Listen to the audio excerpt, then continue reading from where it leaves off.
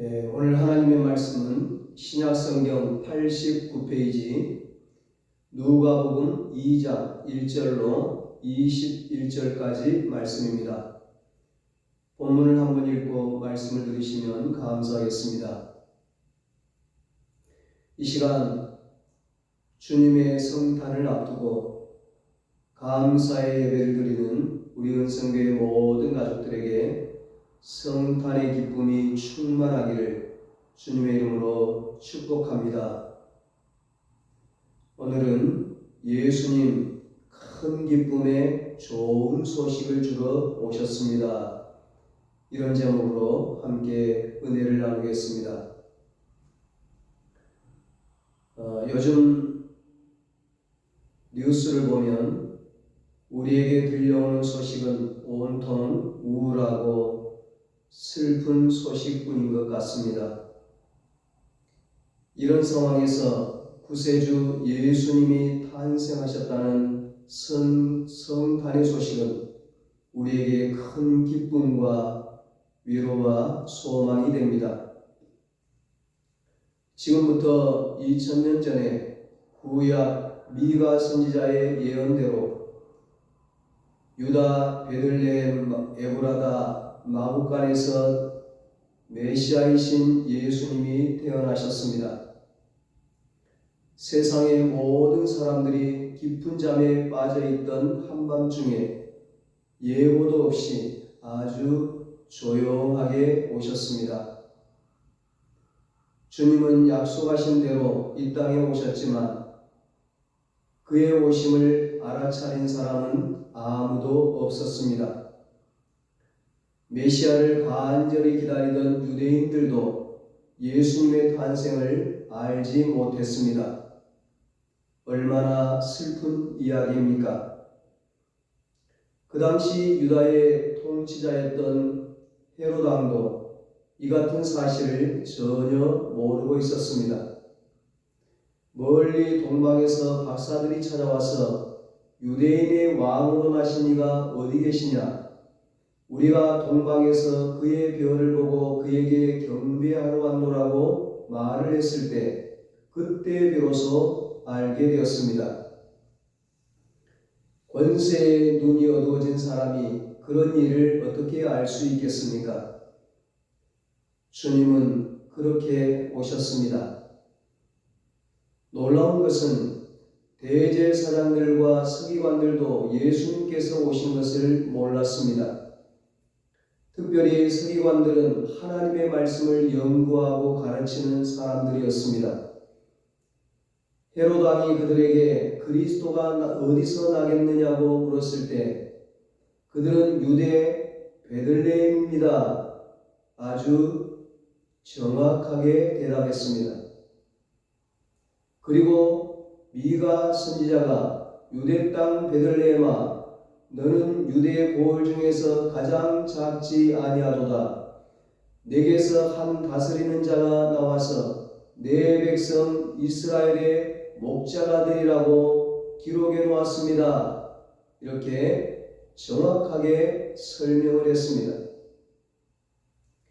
그들은 성경을 철두철미하게 연구하였기 때문에 성경 박사답게 메시아가 유다 베들레헴에서 태어날 것이라는 것을 구약 성경을 통해서 너무나도 잘 알고 있었습니다.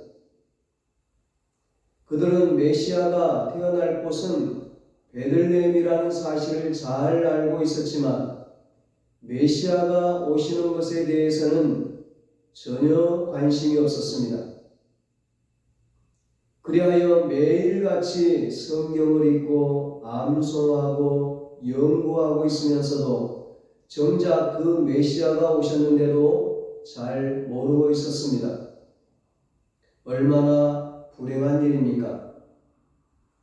성경을 아무리 읽고 듣고 알아도 믿지 않으면 그 말씀대로 살지 않으면 아무런 소용이 없습니다. 생명이 없는 신앙입니다. 형식적인 신앙입니다. 예수님께서 승천하실 때에 흰옷 입은 천사들이 갈릴리 사람들아 어찌하여 서서 하늘을 쳐다보느냐?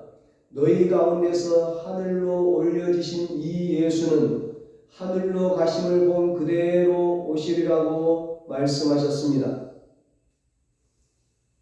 이 소망 없는 세상에 살아가고 있는 우리는 예수님의 다시 오심을 기다리면서 살아야 합니다.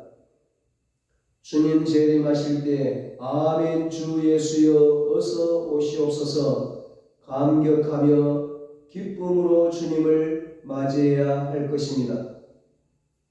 예수님의 첫 번째 오심을 아무도 몰랐지만 예수님의 다시 오심을 몰라서는 아니 될 것입니다. 사도 바울은 데살로니가전서 4장 16절에서 주께서 호령과 천사장의 소리와 하나님의 나팔 소리로 친히 하늘로부터 강림하시리니 말했습니다. 그러므로 우리는 하늘을 바라보며 주님의 다시 오심을 기다리면서 이 세상을 살아야 할 것입니다. 오늘 말씀을 보면 예수님이 태어나신 베들레헴 지역에 그 옛날 다윗처럼 목자들이 밤에 밖에서 자기 양떼를 지키고 있었습니다. 그때 그들에게 주님의 사자가 곁에 서고 주님의 영광이 그들에게 두루 비춤에 크게 무서워하였습니다. 천사가 그들에게 무서워하지 말라. 보라, 내가 온 백성에게 미칠 큰 기쁨의 좋은 소식을 너희에게 전하노라. 오늘 다윗의 동네에 너희를 위하여 구주가 나셨으니 곧 그리스도 주시니라. 너희가 가서 강보에 쌓여 구유에 누워있는 아기를 보리니 이것이 너희에게 표적이니라 말씀하셨습니다. 호련히 수많은 천군이 그 천사와 함께 하나님을 찬송하였습니다. 지극히 높은 곳에서는 하나님께 영광이요 땅에서는 하나님이 기뻐하신 사람들 중에 평화로다. 아멘. 성탄의 소식이 전해진 때는 한밤중이었습니다. 목자들이 양을 치던 밤이었습니다. 모든 것이 어둡고 캄캄한 밤이었습니다. 성탄의 소식은 인류에게 희망이 없는 밤, 죽음의 그림자가 짙게 드리워진 그 한밤중에 들려왔습니다. 하지만 그 밤에 목자들은 아무것도 모른 채 양을 치면서 자기 일에만 열중하고 있었습니다. 목자들에게는 성탄을 기대하는 마음이 전혀 없었습니다. 그냥 자기 일을 하고 있었습니다. 여기에 목자는 이스라엘 백성들을 상징합니다. 유목민이었던 이스라엘 사람들의 일반적인 직업이 양을 치는 목자였습니다. 그리고 본문 속의 목자는 오늘날 모든 인류를 의미합니다. 목자들이 성탄을 기대하는 마음이 없었던 것처럼 이 세상의 인류는 어둠 속에 살고 있었지만 성탄을 기대하지 않았습니다. 캄캄한 한밤중에 살면서도 빛나는 성탄을 기대하지 않았습니다. 목자가 양을 치듯 그냥 그 밤에 자기 일에 매달려 무심하게 살아가고 있었습니다. 그런데 그 캄캄하고 무심한 밤에 커다란 빛이 세상을 비추었습니다. 본문 9절입니다. 주의 사자가 곁에 서고 주의 영광이 그들을 두루 비추매 크게 무서워하는지라. 하나님이 어둠 속에 있던 목자들을 향해 빛을 비추셨습니다. 하나님의 영광이 그들을 두루 비추었습니다. 두루 비추인 것은 빛에 완전히 쌓인 상태를 뜻합니다. 하나님의 영광이 빛의 모습으로 그들을 완전히 사로잡은 것입니다. 주의 영광이 충만히 그들에게 임한 것입니다. 그러자 어둠 속에 있던 목자들이 두려워했습니다. 하나님의 빛이 자기들에게 비추자 그들은 크게 무서워했습니다. 어둠 속에 있을 때 하나님의 빛이 비추면 무섭습니다. 캄캄한 영혼일 때는 주의 영광이 비추면 크게 두려워합니다. 하나님의 빛이 너무나도 거룩하고 영광스럽기 때문에 그 빛이 비추게 되면 두려워 떠는 것이 정상입니다. 요즘에도 하나님을 생각하면 두려워하는 사람들이 있습니다. 하나님을 떠올리면 두려워하는 사람들이 있어요. 왜 그렇습니까? 하나님이 무서운 분이기 때문에 그렇습니까? 하나님이 험한 인상을 하고 있기 때문에 그렇습니까? 아닙니다. 하나님은 무서운 분이 아니십니다. 그런데도 하나님을 두려워하는 것은 자기 자신이 어둠 속에 있기 때문입니다. 어둠 속에서 살고 있기 때문입니다. 어둠은 빛에 거하기를 싫어합니다. 어둠은 빛이 비추는 것을 두려워합니다. 하지만 그 빛은 죽음을 몰아내는 생명의 빛입니다. 캄캄한 인생을 비추는 진리의 빛입니다. 절망을 희망으로 바꾸는 소망의 빛입니다. 우리에게도 이 빛이 비춰야 합니다. 두렵고 무섭더라도 그 빛이 상처받고 메마르고 죄 많은 우리 인생을 환히 비추어야 합니다. 그래야 우리가 살 수 있습니다.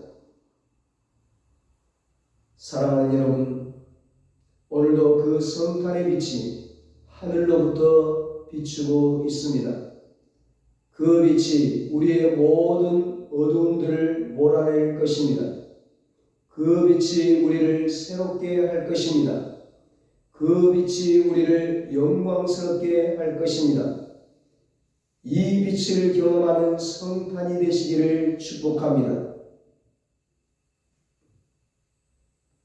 어둠 속에 있던 목자들이 하늘에서 주의 영광이 두루 비추자 크게 두려워했습니다. 그러자 천사들이 그들을 안심시킵니다. 10절입니다. 천사가 이르되 무서워하지 말라. 보라, 내가 온 백성에게 미칠 큰 기쁨의 좋은 소식을 너희에게 전하노라. 아멘. 천사들은 무서워하지 말라고 합니다. 성탄의 소식은 무서운 뉴스가 아닙니다. 두려운 소식이 아닙니다. 성탄은 큰 기쁨의 좋은 소식입니다. 성탄은 정말 기쁘고 좋은 소식입니다. 그것도 온 백성에게 미치는 큰 기쁨의 좋은 소식입니다. 가난한 자나 부유한 자나 종된 자나 자유한 자나 여러분이나 저에게나 모두에게 미치는 큰 기쁨의 좋은 소식, 그것이 성탄입니다. 주님의 사자가 목자들에게 내가 온 백성에게 미칠 큰 기쁨의 좋은 소식을 너희에게 전하노라 말씀하셨습니다. 예수님이 이 땅에 오신 것이 왜 우리 모두에게 큰 기쁨의 좋은 소식일까요? 작은 기쁨이 아닌 큰 기쁨의 좋은 소식이라고 했습니다. 세상을 살다 보면 우울한 일들이 있지만 기뻐할 일도 많습니다. 그러나 진짜 큰 기쁨은 없습니다. 세상에는 뉴스거리도 참 많은 것 같습니다. 그러나 진정 좋은 소식은 없습니다. 요즘은 가짜 뉴스도 많습니다. 우리를 더욱 슬프게 만들고 우리를 더욱 불안하게 만듭니다. 시편 4편 7절 8절에 다윗은 찬양합니다. 주께서 내 마음에 두신 기쁨은 그들의 곡식과 새 포도주가 풍성할 때보다 더하니이다. 내가 평안히 눕고 자기도 하리니 나를 안전히 살게 하시는 이는 오직 여호와이시니이다. 아멘. 어디를 가면 우리가 마음 편하게 잠을 잘 수가 있겠습니까? 어쩌면 가스가 새지는 않는지 보일러 시설부터 철저하게 점검하고 만약에 불이 났을 때에는 도망칠 수 있는 비상구가 어딘가를 살펴보아야 할 것입니다. 배를 타고 갈 때에는 이 배가 항해를 하다가 암초를 만나 좌초되지는 않는가를 살펴보아야 합니다. 멀리 여행을 가서 해변가에 머무르게 되면 언제 쓰나미가 오는지 사전에 재난 예보를 잘 살펴야 할 것입니다. 사람들은 기쁨의 삶을 살기보다는 초조와 불안한 삶을 살아갈 때가 많습니다. 오늘 주님의 사자들은 무서워하지 말라. 보라, 내가 온 백성에게 미칠 큰 기쁨의 좋은 소식을 너희에게 전하노라 말씀하셨습니다. 그렇습니다, 여러분. 기쁨은 하나님께서 우리 인간에게 주신 창조 발명품 중에 하나입니다. 우리의 지친 영혼을 회복시키고 우리의 삶을 능력있게 만드는 하나님의 선물입니다. 그러므로 하나님이 주시는 기쁨은 받을수록 좋습니다. 세상은 우리에게 불안과 초조와 두려움을 가져다 주지만 하나님은 우리에게 기쁨을 주셨습니다. 하나님은 우리 마음에 기쁨을 두셨습니다. 하나님은 왜 이 땅에 오셨을까요? 우리에게 큰 기쁨을 주려고 오셨습니다. 어떤 직장에 다니는 사람이 아파트에 당첨되었다는 소식을 듣고 너무 기뻤습니다. 그런데 막상 분양을 받아 입주를 했는데 그때부터 악몽이 시작되는 것입니다. 천장에서 물이 새고 벽틈은 갈라지고 여기저기 하자투성인 것입니다. 평생 돈 모아 겨우 아파트를 장만했는데 이제 어떻게 해야 합니까? 세상의 기쁜 소식이라는 것이 이런 것입니다. 믿을 수가 없습니다. 여러분, 예수님의 오심이 큰 기쁨의 좋은 소식이라고 하는 것은 믿을 수 있는 기쁨이라는 것입니다. 지금껏 수많은 사람들이 예수를 믿고 구원을 받고 새 삶을 살았기 때문입니다. 죽을 수밖에 없는 영혼들이, 아니 이미 죽었던 영혼들이 그 죽음에서 건짐을 받았기 때문입니다. 절망 속에 살았던 이들이 소망을 갖게 되었기 때문입니다. 그렇습니다. 우리 예수님은 받으러 온 것이 아니라 주러 오셨습니다. 요한복음 10장 10절에 내가 온 것은 양으로 생명을 얻게 하고 더 풍성히 얻게 하려는 것이라 말씀하셨습니다. 예수님은 우리에게 생명을 주시러 오셨습니다. 더 풍성히 얻게 하시려고 오셨습니다. 예수님은 요한복음 3장 16절에서 하나님이 세상을 이처럼 사랑하사 독생자를 주셨으니 이는 그를 믿는 자마다 멸망하지 않고 영생을 얻게 하려 하심이라 말씀하셨습니다. 예수님은 우리에게 영생을 주시려고 오셨습니다. 예수님은 우리들이 영원히 멸망하지 않도록 하기 위하여 오셨습니다. 마가복음 10장 45절에 예수님께서는 인자가 온 것은 섬김을 받으려 함이 아니라 도리어 섬기려 하고 자기 목숨을 많은 사람의 대속물로 주려 함이라 말씀하셨습니다. 예수님은 우리를 섬기려고 오셨습니다. 예수님은 우리에게 자신의 목숨을 대속물로 주시려고 오셨습니다. 사도 바울은 로마서 5장 8절에서 우리가 아직 죄인되었을 때에 그리스도께서 우리를 위하여 죽으심으로 하나님께서 우리에 대한 자기의 사랑을 확정하셨느니라 말씀했습니다. 그렇습니다. 하나님은 예수님의 십자가의 죽음을 통하여 우리를 얼마만큼 사랑하고 계시는가를 확증해 보여주셨습니다. 성탄은 하나님이 우리를 어떻게 사랑하시는지, 우리를 얼마만큼 사랑하시는지를 우리의 눈으로 직접 확인시켜 주신 날입니다. 사도 바울은 자기 아들을 아끼지 아니하시고 우리 모든 사람을 위하여 내주시니가 어찌 그 아들과 함께 모든 것을 우리에게 주시지 아니하겠느냐. 로마서 8장 32절에 말씀합니다. 하나님은 우리의 죄를 위하여 예수님을 십자가에 내어주셨습니다. 뿐만 아니라 하나님은 예수님과 함께 다른 모든 것들도 우리에게 주시고자 하십니다. 풍성히 주시고자 하십니다. 고린도후서 8장 9절에 말씀합니다. 우리 주 예수 그리스도의 은혜를 너희가 알거니와 부요한 이로써 너희를 위하여 가난하게 되심은 그의 가난함으로 말미암아 너희를 부요하게 하려 하심이라. 예수님은 우리의 가난을 가져가시고 부요를 주시고자 하십니다. 얼마나 고맙고 감사한 일입니까? 오늘 주님의 사자들은 목자들에게 무서워하지 말라. 보라, 내가 온 백성에게 미칠 큰 기쁨의 좋은 소식을 너희에게 전하노라 말씀했습니다. 그리고 오늘 다윗의 동네에 너희를 위하여 구주가 나셨으니 곧 그리스도의 주시니라 말씀하셨습니다.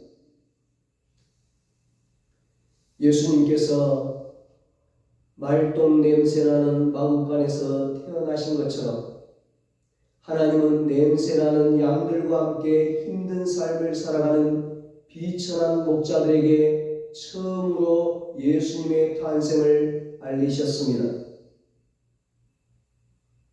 그렇습니다. 하나님은 가난하고 소외된 자들에게 찾아오셨습니다. 죄인의 친구로 찾아오셨습니다. 그리하여 약한 자를 강하게 하여 주시고 가난한 자를 부유하게 하여 주시고 소외된 자들과 늘 함께 하셨습니다. 예수님은 우리와 함께 하시는 임마누엘의 하나님이십니다. 예수님은 우리에게 오셔서 너무나 많은 선물을 주셨습니다. 그 많은 선물 중에 가장 귀한 선물이 무엇입니까? 구원의 선물입니다.